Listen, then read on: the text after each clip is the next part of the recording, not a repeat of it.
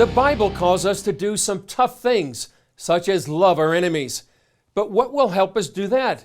One author says praying for them, and she's taken on a pretty tough case. It's called Love in the Face of ISIS, a book covering 7 prayer strategies for crisis in the Middle East. In 1 John, it says God is love, and so if you substitute God in the face of ISIS, there comes this whole other powerful meaning. But we know that God's heart is for all to be saved. He doesn't wish any to perish. Author Lorraine Marie Varela and her husband Gabriel lead a ministry called Inspiring Faith International.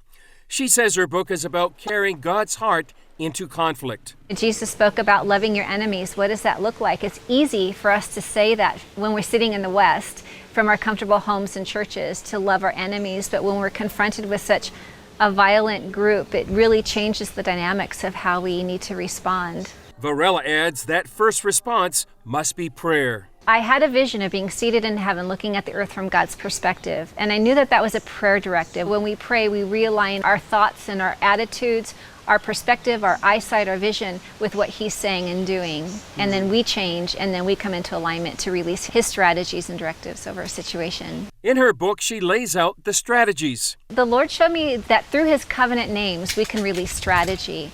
He's the Lord who is there, first of all. So we want to cover the whole area with His presence. He is the Lord, our provider. There's a need for provision. You know, there's uprising taking place once more. And so as a result, people are being displaced and women are becoming widowed. And there's a real need for physical sustenance and help.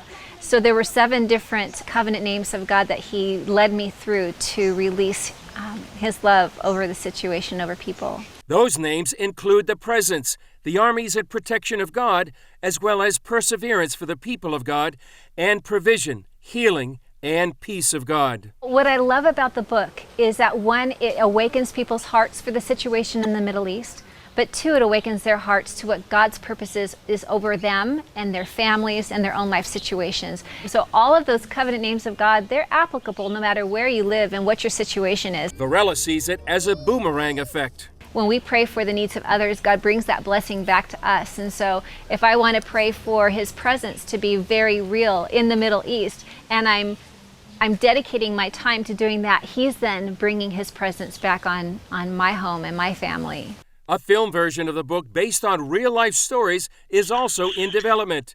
It will focus on the struggle of 2 Iraqi brothers torn from their family who fall into a gang controlled by ISIS. The purpose of the film is to bring encounters for Muslim people with the heart of Jesus. And that can happen in a movie theater, that can happen in your home watching the DVD, but it's to bring encounters in His presence to be real. And for believers to have an awakening of the need to be praying for our brothers and sisters and those in the Middle East, and just to have a heart change. Varela's plea for prayer is a timely reminder about the current crisis here in the Middle East. Please pray this week for those suffering people caught in the crossfire and for wisdom for President Trump and other leaders. Alpha,